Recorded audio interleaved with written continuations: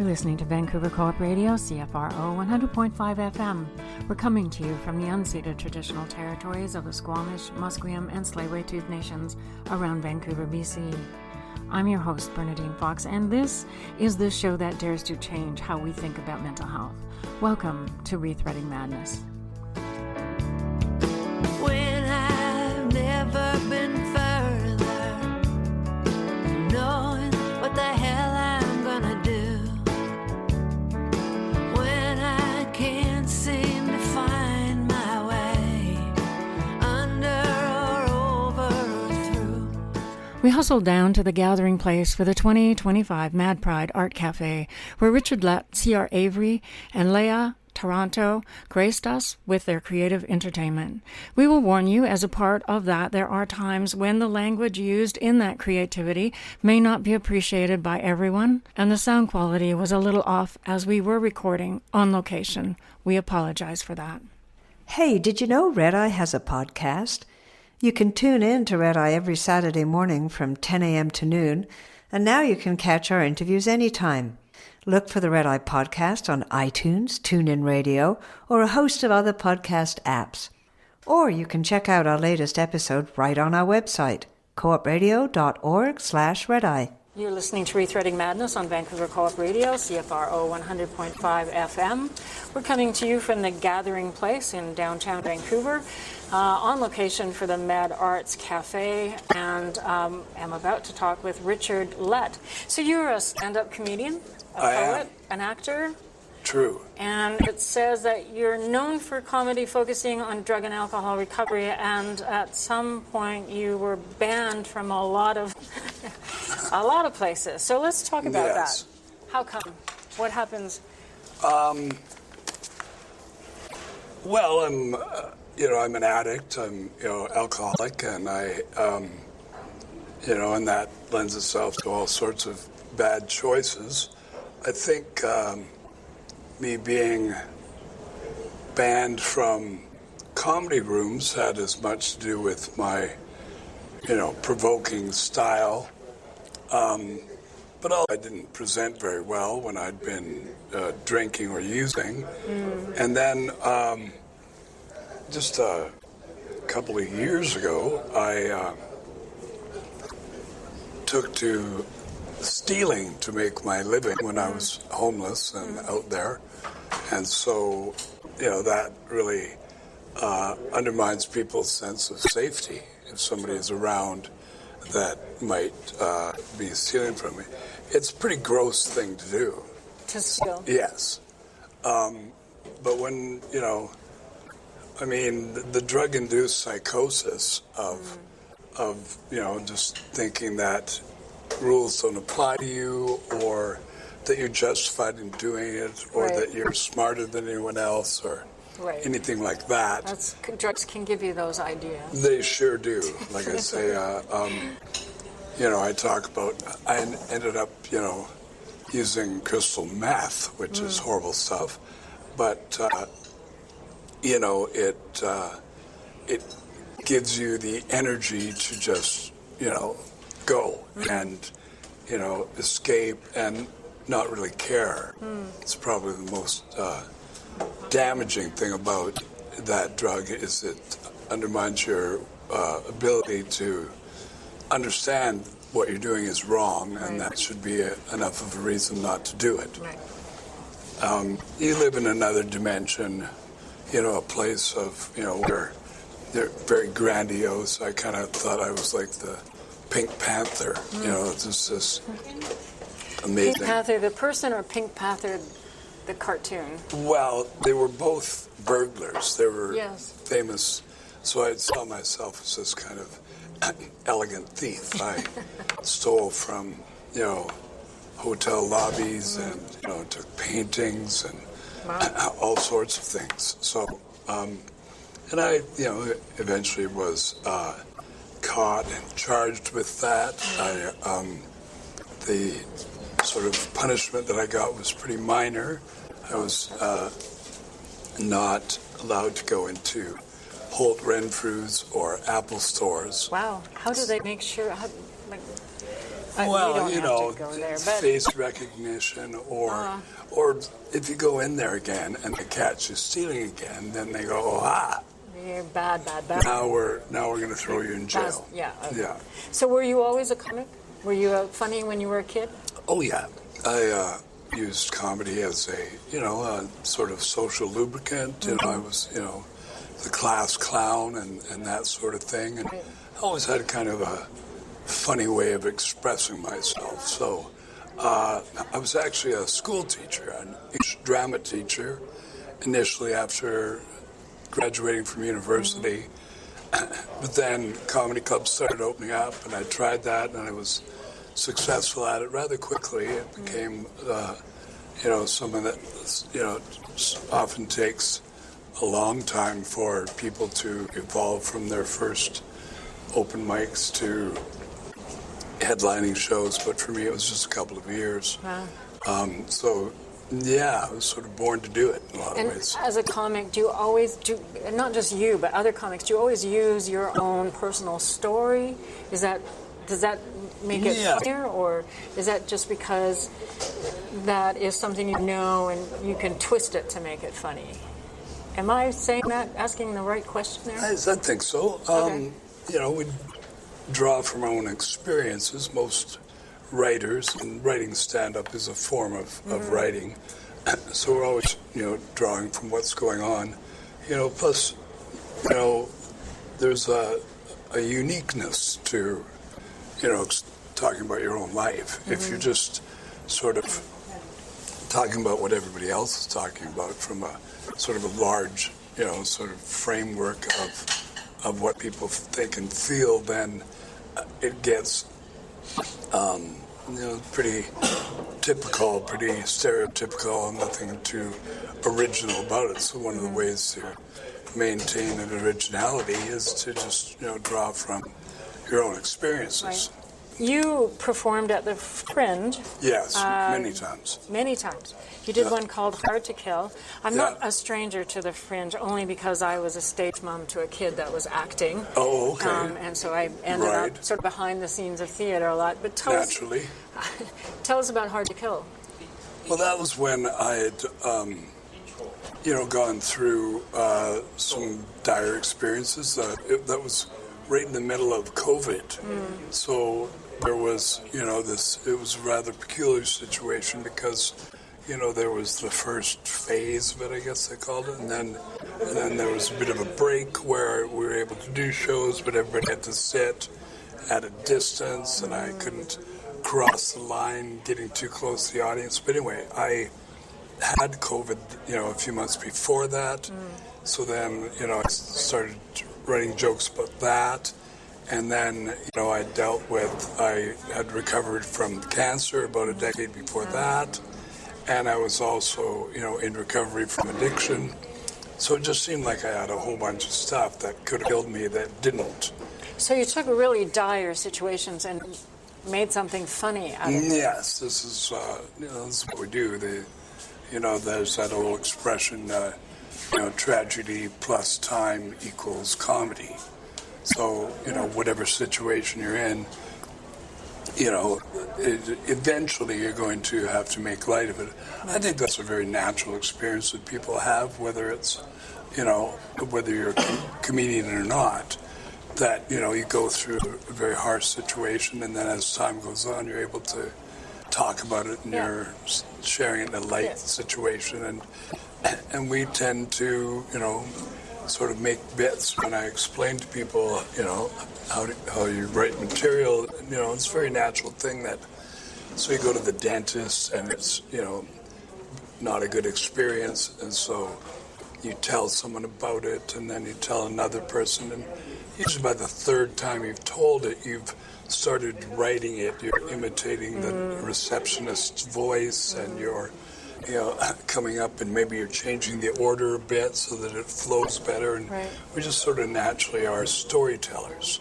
So that's, generally what happens is that we, by the time, we've told it a few times, we know where the laughs are, so we wait for them, and everyone does that except maybe accountants.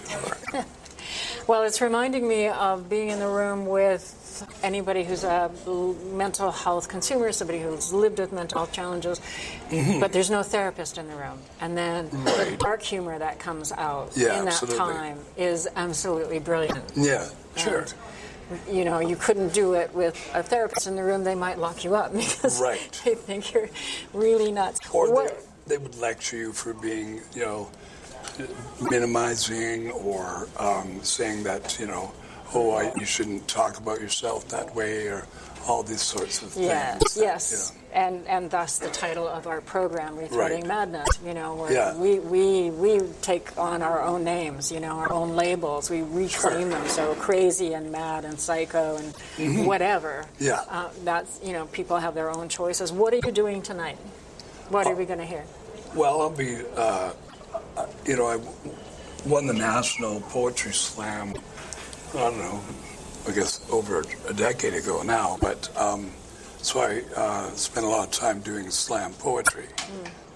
So I have spoken word is the sort of umbrella for all sorts of things, stand-up comedy being one of them, slam poetry being another. So, you know, I'm going to do a couple of poems to sort of bookend the show, and then I'll, you know, do some comedy about what's going on in the world and my observation of things, reflection on my own life as a single dad, you know, my you know, battles with you know, drug addiction and alcoholism, and you know, so you know, that is something I've been doing for a long time. Once I got into recovery, then it didn't take long for people asking me to do shows or be part of events where I could, you know, sort of make fun of or lighten the mood, you know, as it were. So this is just another experience. I was asked to do this. You know, the guy that's producing the show saw me perform at another event, and so, you know, he asked me if I'd come along and do that. So I'll be trying to, you know, talk about what's going on in the world. It's pretty, you know, chaotic right now. It is. So, it is chaotic. Yeah. Well, thank you, Richard, for giving me your time, and I look forward to hearing you tonight. Sure. I'm glad to have you here. And we'll be right back, folks.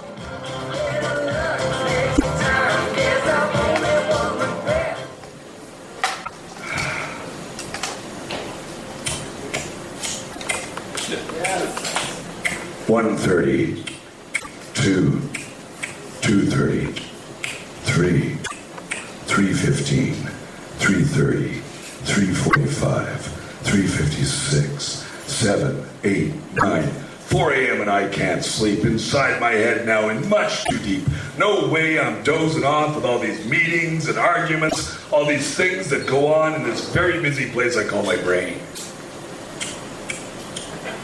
4:10. Half the world has no access to safe drinking water, but everybody has access to Coca-Cola. They killed Orson Welles. They crushed genius for exposing mediocrity. 4:15. They. Who is they? Am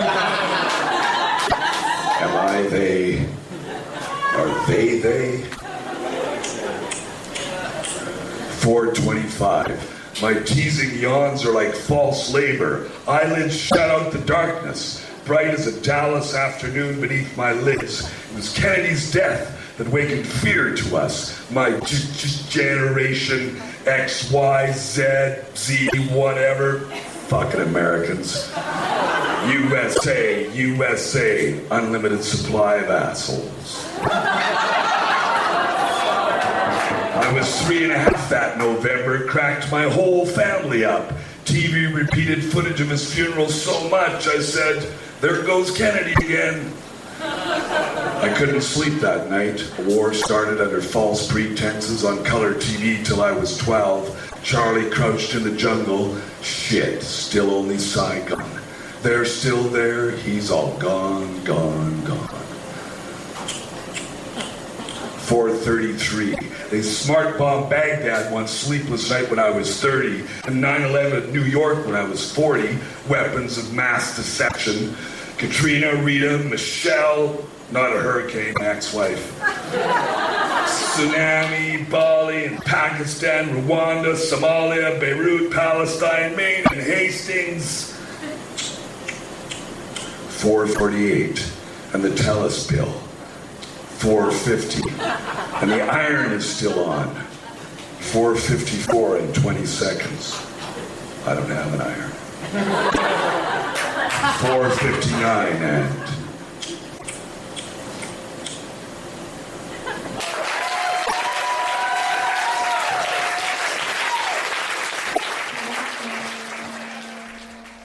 That was Richard Lett, comedian, reciting his poem, Insomnia.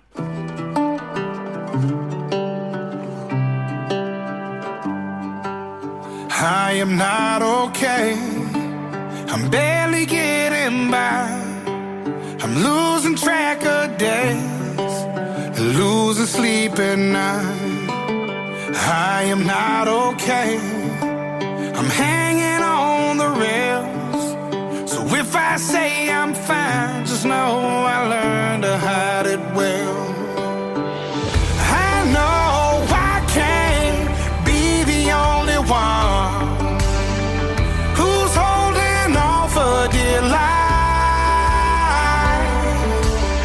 But God knows, I know, when it's all said and done, I'm not okay, but it's all gonna be alright. It's not okay, but we're all gonna be alright.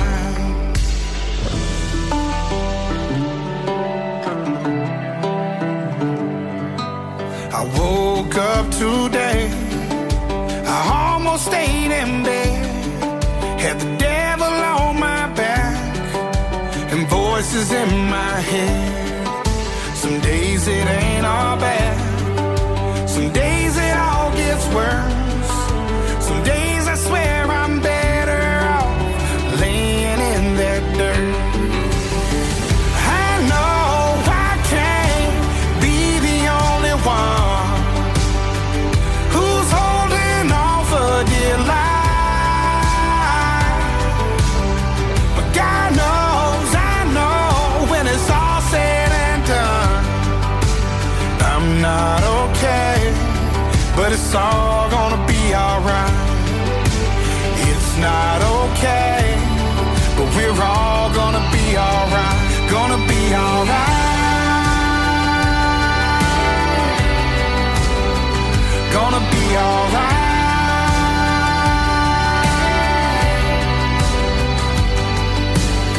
I know one day we'll see the other side. The pain will wash away in a holy water tide, and we all gonna be alright. I know I can't be the only one who's holding on for dear life. But God knows, I know, when it's all said and done, I'm not okay, but it's all gonna be alright. It's not okay, but we're all gonna be alright. I'm not okay, but it's all gonna be alright. He is to what East Van is what Springsteen is to New Jersey. Give up a warm round of applause for C.R. Avery.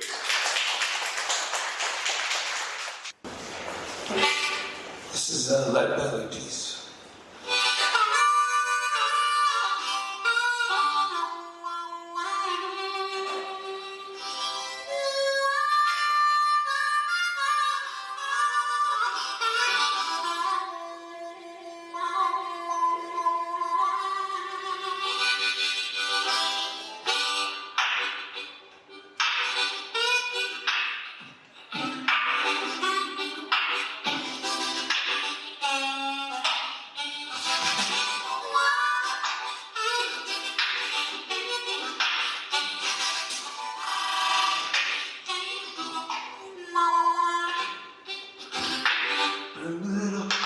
water, Sylvie. Bring me a little water right now. Bring me a little water, Sylvie. Every little once and around.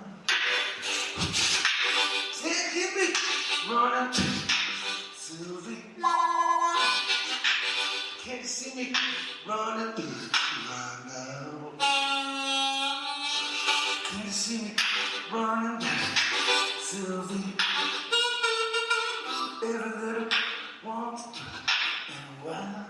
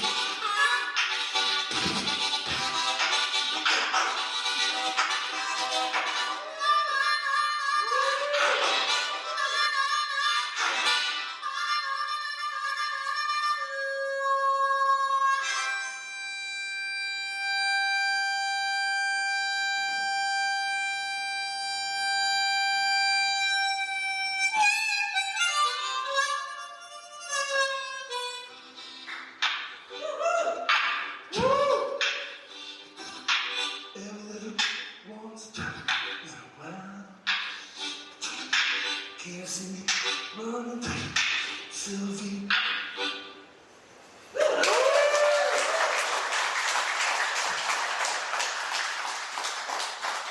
You're listening to Rethreading Madness on Vancouver College Radio, CFRO 100.5 FM. I'm Bernadine Fox here with C.R. Avery, who has been just entertaining us through the Mad Arts Café down at the Gathering Place. Welcome, C.R. Now, Thank you. I say C.R. or do I say C.R. Avery? Just call me CR. C.R. And do you like being called by your initials, or is this... Well, I like hokey pokey, but it just never caught on.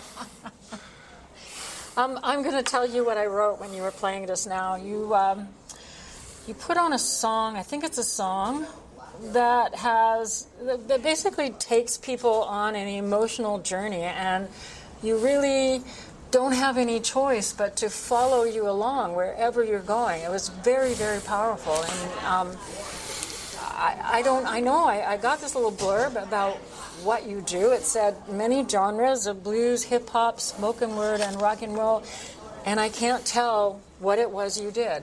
It seems to be a mixture of all kinds of stuff. So what would you call what you just did? Well, what I did right now, because it was an upright piano that was slightly out of tune, so that was my slightly out of tune dance. Okay. But you played harmonica. Yeah, I played the harp. You did spoken word. Yes. Would you say you sang during? I'm not sure. Wow. I'm trying to think what I did. Oh, yeah. Well, it's true. I was rapping, wasn't I? Yeah, I sang a chorus, though. Yeah, it was like Biz Markie singing Elton John. So tell me, CR, what inspires a new piece? Your stuff is so raw and unique. What happens inside you to inspire you to create a new piece? I think it's usually a line that you overhear or that just kind of pops up. I remember my father talking about a farmer where we grew up, and his wife left him and the farm, and I don't know if there was kids involved, and he hadn't remarried, and he was older, and I don't even know if my dad was telling me or talking to my mom, but then he had the phrase, well, once burnt, twice shy. And I was like, God damn. And so I just liked that phrase. And then I wrote a song.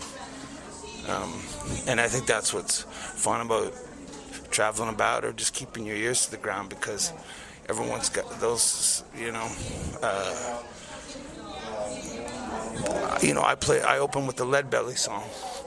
What? Say that again? Lead Belly. A Lead Belly song. Lead Belly was a blues musician. Oh, okay.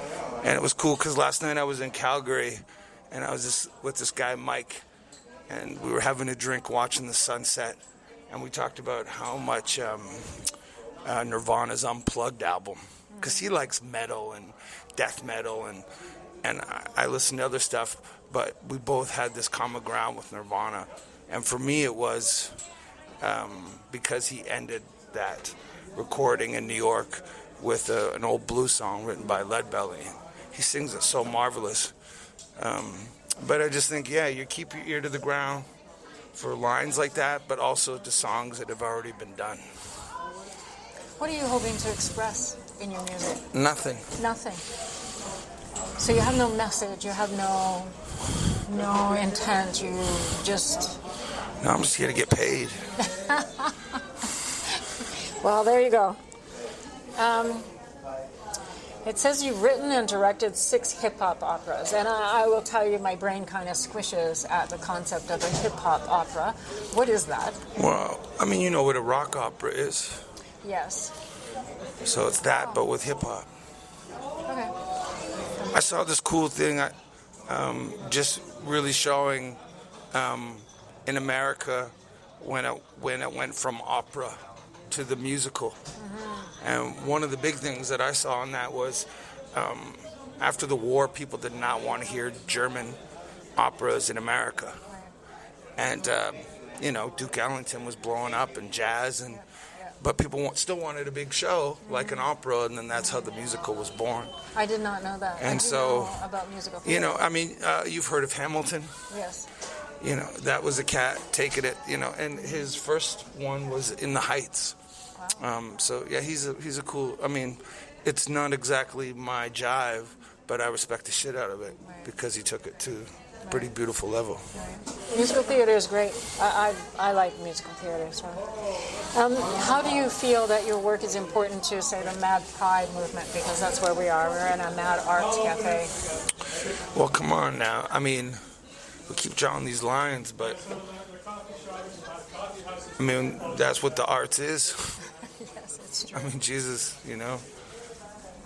Well, same people don't cut off their ears. No. Same people don't leave home at 14 with no money in their pocket. No, because they heard, well, not even desperate, but just, the Kerouac thing, mad to live. They say 1 in 2 now. Harvard did a study, and Canada has put it on their website as a stat, that 1 in 2 of us will have a mental health challenge in our lifetime. So it really starts, when you get to that stat, it starts to question who's normal in our society. And what is normal. That's kind of what you're talking about, and what is normal, yeah. And all scenarios, if everyone in that room had been drafted, what would the vibe be in there? Quite a bit different. Right. My father's dying right now of cancer. And I just spent 3 months in a gated community, cleaning up packing up a house. Oh, wow. And it's like with anything, people go, I would never do that. Well, let's put your back against the wall. Who knows what you would do? Exactly. And that's why folk music is beautiful. Dylan and Woody and Lead Belly too. There were stories. So you would think I remember I had a dear friend. I don't want to tell this story, not really, but it was just a rock star on Hastings Street, and he's smoking a joint, looking around at the people and going, how did that happen? I was like, you're a famous person's son. You have no idea. But the great folk song showed us it's these roads that lead us here. Yeah. And that's what inspires me more than anything in this world, is watching Ali should have been crushed. When he threw his medal over the bridge, when he came back to America and his gold medal meant nothing, he should have been crushed after he changed his name from Cassius Clay to Ali. He should have been crushed when he refused to fight in the war. He should have been crushed when he got Parkinson's. Right. This mofo just kept charging. And I think it's important. I love the Bob Dylan line, He not busy being born is busy dying.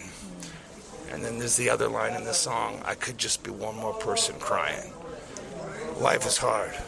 And what pulls me to Edith Piaf, even though I don't know what she's saying, is I hear her pain. And you see cats on the reserve or cats in Spain with nothing in their pockets still hear Hank Williams' voice as a lightning bolt of like that person wasn't bullshitting me. He felt it. You can hear it in the timbre in his voice. And so, you know, all that combined, onward we go, because we just can't give up.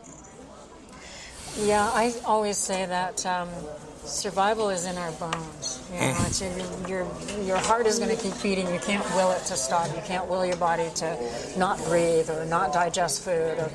We are in capsules, bodies whose entire function is to survive, and that's what. And it's amazing, isn't it? All the shit that has gone on in this world, we're still slugging. I think about that, about the ones that had to get old and, you know, tell dad jokes and become unhip and watch the thing go by. But, you know, Bob Dylan got to hear Run DMC. You know, Joni Mitchell got to meet Brandy. Like, if you're willing to go, you know, through the rounds, the reward is beautiful, but it's tough. But I'd rather be that than good-looking corpse, as Jay-Z would say. I agree. So, what are you working on now? A film called Evening's Empire. And what is it about? Love. Oh, that's a good thing for a movie. Lots of movies are built on love. What makes this one different? Well, like I said of Hank Williams, all the shades of love. You know, they have, well, like in hip-hop we have the phrase a studio gangster. That's someone that only speaks about life is good, it's awesome. But for some reason he never talks about jail time, even though he says he's a gangster. Right. I mean, that's got to be part of your road.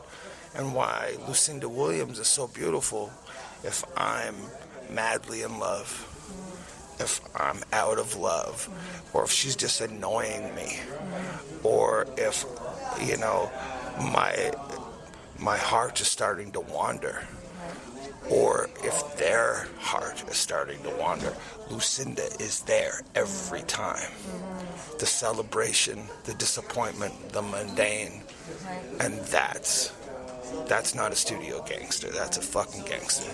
And so it's simple, you know. Allen Ginsberg said it's prophecy, because prophecy is singing the hard thing. So 20 years from now, people go, yeah, there it is. Do you have a working title for your film? Evening's Empire. Sorry? Evening's Empire. Evening's Empire. Do you have any idea when it's going to be finished? I just started it in September, and I just shot 3 scenes and some pickup shots in Alberta before coming here. My thing is to be at a certain place by September coming. I can look up that year journey, but I don't like year journey. Jesus Christ, what am I, a yoga instructor?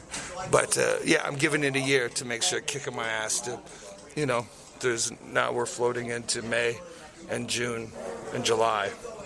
I have 2-3 shoots every month. So are you expecting it to be in the can by September and finished? Well, this is my 3rd film now, and so you got to be careful with that stuff, because ambition is ugly. Like 2 months ago I had 45 minutes, and then I watched it after giving it a month or 2, and I realized, no, I have 20 minutes. And you know, so you gotta, when it's done, it's done. Okay, well, thank you, CR. Thanks for having me.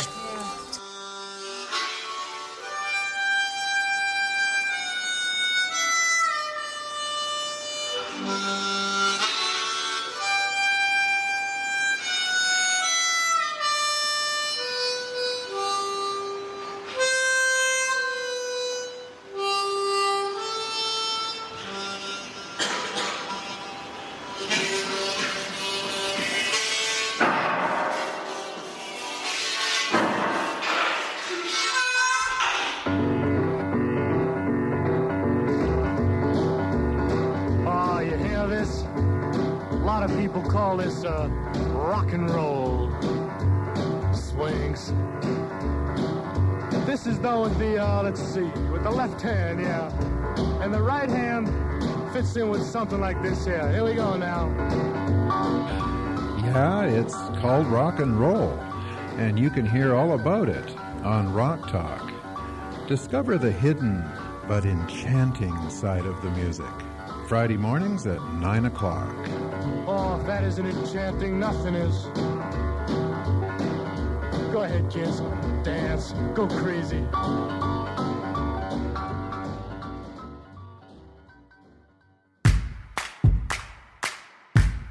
I've been staring at the coastline, thinking of every choice I've made to leave me here right now, standing on solid ground. And I've been hiding in the shadows, wondering if I'm on the right road, someplace I've never been.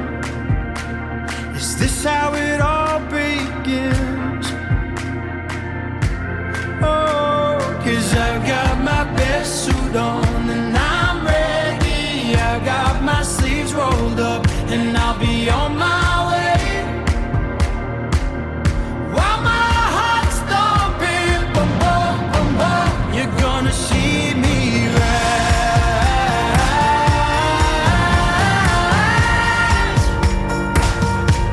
Oh, and rise, rise, rise, rise. For every valley there's a mountain. For every answer there's a new question. Is it worth all this? Pushing myself to the edge.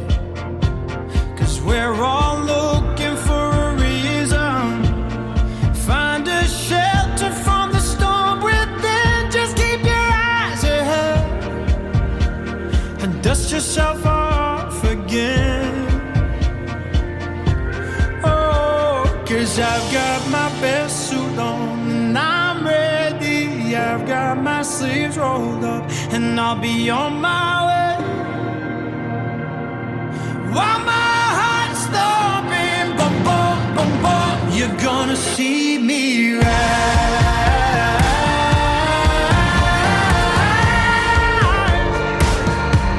Oh, and rise, rise, rise, rise. Oh, 'cause I got my best suit on and I'm ready. I got my sleeves rolled up and I'll be on my way. While my heart's thumping, boom, boom, boom, boom, you're gonna see me rise. You're gonna see me rise. Not how you fall back down, but how you get back up before you hit the ground. You're gonna see me rise.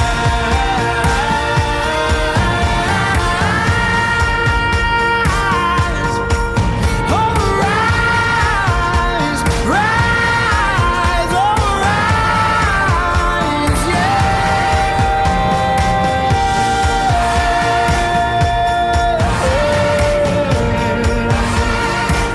You're gonna see me rise.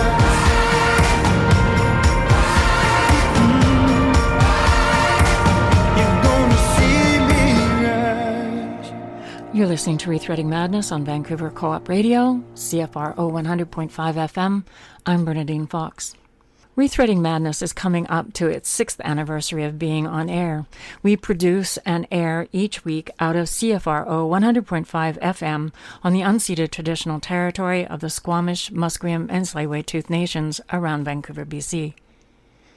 RTM was one of the first radio programs to focus on mental health issues here in Canada, in an area swamped with statements from therapists rooted in colonial ideas about mental health and trained in the DSM.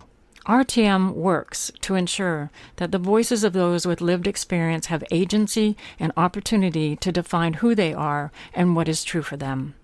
Who listens to us? Beyond those with lived experience, our audience includes their friends and partners, along with therapists, counselors, and students of psychology. Since 2022, all of our programs have been uploaded to the Mental Health Radio Network and can be downloaded from all podcast platforms. So if this show was of interest to you, you might find the rest of our programs informative as well. You can find them by searching for Rethreading Madness wherever you listen to your podcasts.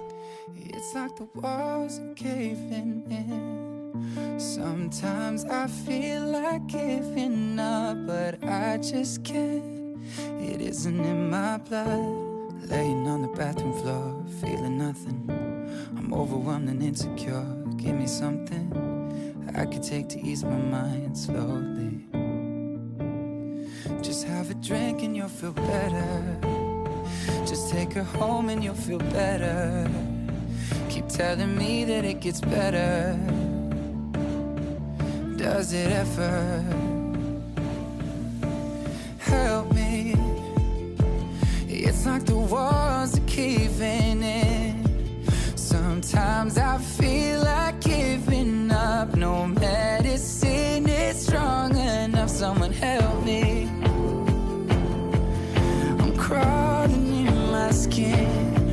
Sometimes I feel like giving up, but I just can't. It isn't in my blood.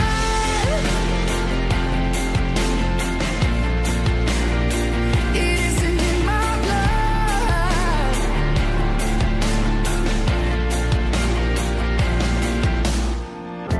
I'm looking through my phone again, feeling anxious, afraid to be alone again. I hate this. I'm trying to find a way to chill. Can't breathe, oh. Is there somebody who could help me? It's like the walls are caving in. Sometimes I feel like giving up. No medicine is strong enough. Someone help me. I'm crawling in my skin. Sometimes I feel like giving up, but I just can't. It isn't in my blood. It isn't in my blood.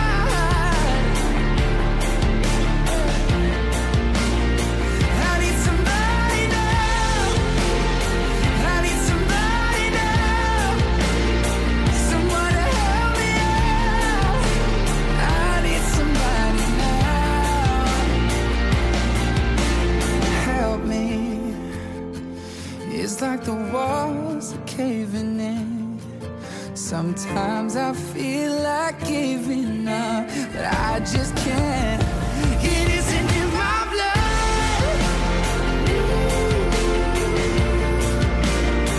It isn't in my blood. It isn't in my blood. I need somebody now. It isn't in my blood. I need somebody now.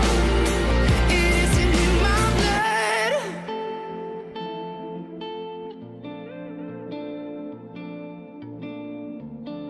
You're listening to Rethreading Madness on Vancouver College Radio, CFRO 100.5 FM. I'm Bernadine Fox, and today I'm down at the Gathering Place in Vancouver at the Mad Arts Café, interviewing the folks that are about to go up and entertain everyone.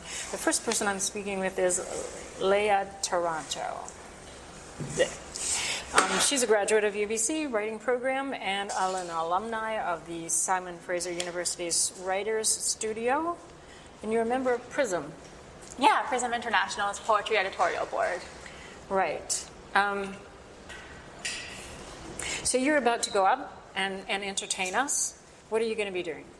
I'm going to be reading 2 excerpts from my autofiction novel, A Drop in the Ocean, and it's about my lived experience in treatment for severe obsessive-compulsive disorder. And do you often use your own self as your subject matter? Sometimes.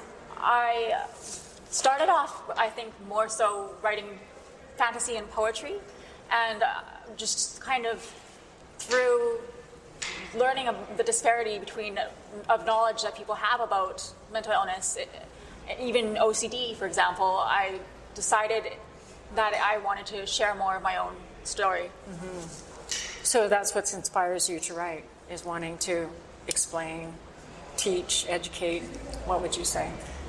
In the beginning, I wrote to cope. When I was in treatment, it was for 6 years, and I didn't have much control over really anything. Right. One of the only ways to have power over my own story was by writing it down. And you were able to do that while you were in the ward? Is that what you're saying? I would write in my journal, and sometimes it was just venting. Other times it was more along the lines of, kind of a fantasy novel that I had wanted to write. But it was helpful. Right. So how would you describe having OCD? Obsessive compulsive disorder has a lot of different analogies, but one that I like to use is a mosquito bite. So when you have an obsession, that's the itch. For example, that might be something, I guess, that we often see is contamination. So maybe you have a fear that you have been in touch with germs. The compulsion is the scratch. It's the behavior that relieves the itch, but actually reinforces it in the long run, even if it provides temporary relief.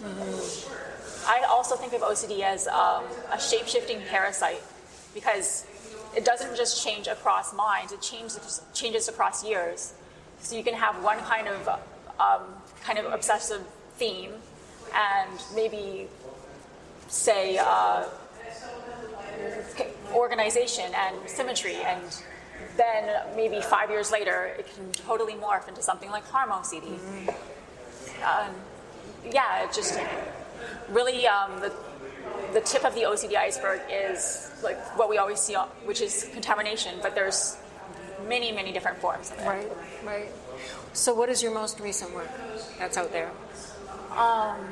Right now, I have a lot of kind of just right OCD, and just right is kind of a term that I guess would describe as needing to perform a certain action in a very, very particular order and for a certain number of times. And if I don't, say maybe it's stacking the dishes, if I don't repeat it for the proper number of times and in the proper order, I have to redo it. Right. Yeah. Is there a fear something will happen if you don't do it right, or what compels you to do it right? I think in the beginning, definitely when I had more religious OCD, scrupulosity, I had and didn't know as much about it. I definitely had fears that if I didn't perform certain self-harm compulsions, as atonement for sins in a past life, my family would suffer. Now, because I think I have more awareness, it's more just this extreme distress and feeling of unbearable anxiety. So I tend to perform the just right compulsions just kind of to avoid feeling that way the rest of the day. So what are you going to do tonight? I'm going to be reading 2 excerpts from the novel, A Drop in the Ocean, and it's a condensed version of my time in treatment that kind of will hopefully provide people with a compelling narrative about what it can be like to be in inpatient treatment. That's wonderful. I can't wait to hear it, Lea. Thank you. And we'll be right back, folks. Hi, everyone. Thanks so much for being here. I'm sharing 2 excerpts from my debut autofiction novel, A Drop in the Ocean, about coming of age on a psych ward for obsessive compulsive disorder and anorexia. This first excerpt is from the beginning, when narrator Mira has just been transferred to Ward 2 at the Residency Adolescent Treatment Center and meets the other patients there. I make my Ward 2 debut in the dining room. Everyone looks up as I inch toward the table. They stare at me as I stare at my lap while taking a seat on the bench. Mental health tech Janelle introduces me to my fellow inmates and fills me in on the art therapy prompt. Draw an image of your ideal future self. Across from me is Jorge, whose face is obscured by a ball cap. Its big bubble letters literally spell out baller, slouching over a pile of pencil crayons. He uses a bold one to draw a chain, much thicker than the one he's wearing, on a much more muscled, bare-chested version of himself at a nightclub. Sup, he says, nodding to me.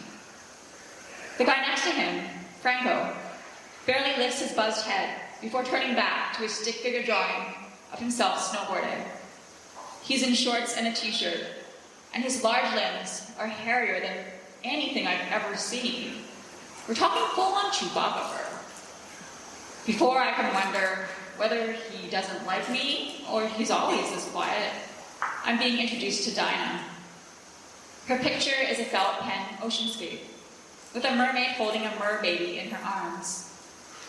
Her hooded eyes widen with urgency as she announces, "The baby is alive."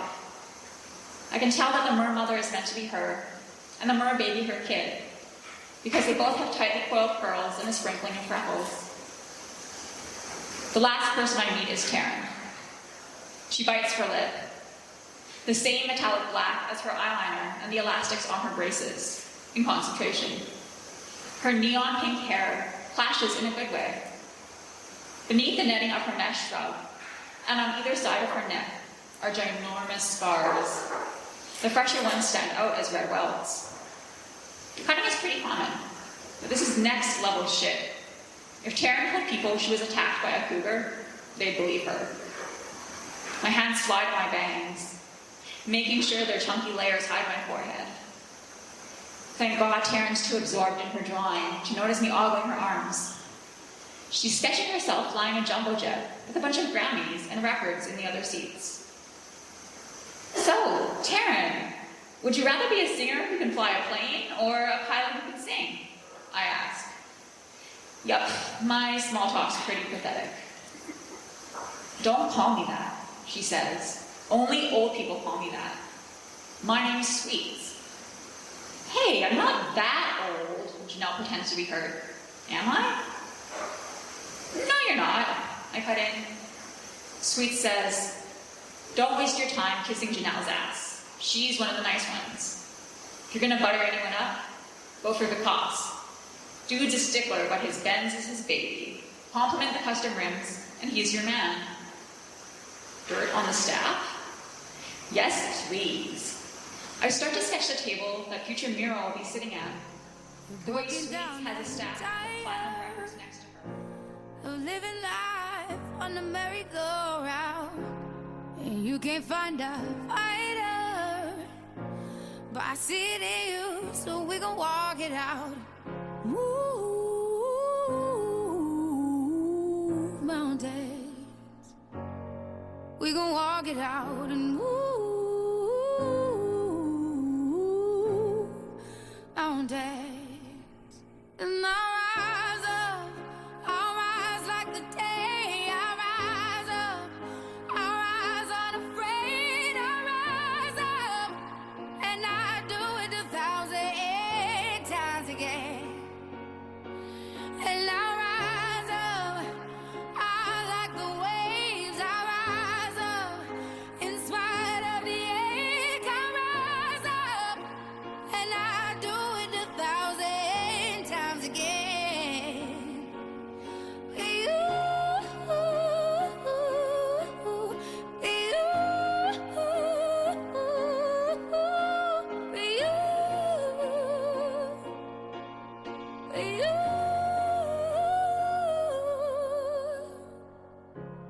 the silence is quiet, and it feels like it's getting hard to breathe.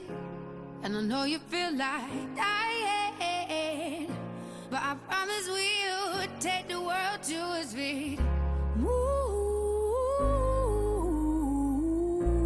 mountains, bring it to its feet. Move mountains. And I'll rise up, I'll rise like the day. I'll rise up, I'll rise unafraid. I'll rise up, and I do it 1,000 times again. You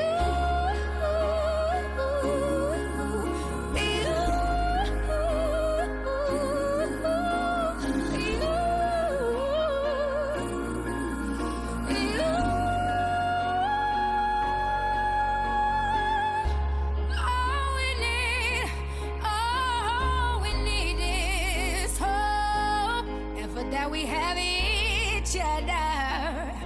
And for that we have each other. And we will rise, we'll rise, oh,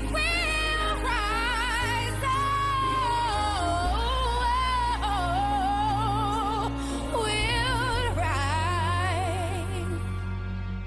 I'll rise up, rise like the day. I'll rise up in spite of the ache.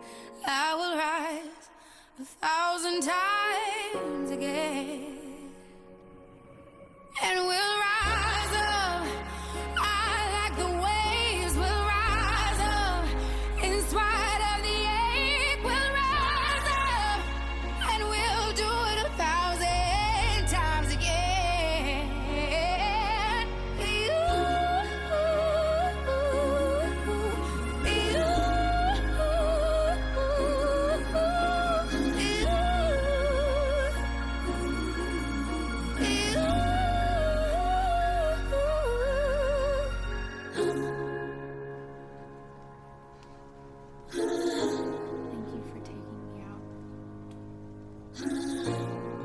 The National Greening Program run by Tree Canada is dedicated to planting seedling trees across Canada in BC, the Prairies, Ontario, Quebec, and Atlantic. They prioritize planting on Indigenous and public lands and planting in areas of natural or human-caused disaster. The trees they plant help filter the air and water and sequester carbon, among other positive impacts. To learn more or get involved, go to treecanada.ca. And that's our show. My thanks to Richard Lett, C.R. Avery, Lea Taranto, and the organizers of the Mad Pride Café for speaking with us and sharing their creative performances. Our music today was by Ulrich, Jelly Roll, Mendez, and Scott. If you appreciated this program, remember, it is uploaded each week as a podcast. You can listen to all the archive shows back to 2022 on whatever podcast platform you use. And our thanks to you, our listeners. You are why we show up each week. Your feedback on this programming has been vital in showing us where you need this programming to go. We thank you. Stay safe out there. You've just listened to Rethreading Madness, where we dare to change how we think about mental health. We air live on Vancouver Co-op Radio, CFRO 100.5 FM, every Tuesday at 5 p.m. or online at coopradio.org. If you have questions or feedback about this program, or want to share your story, or have something to say to us, we want to hear from you. You can reach us by email, rethreadingmadness@coopradio.org. This is Bernadine Fox. We'll be back next week. Until then.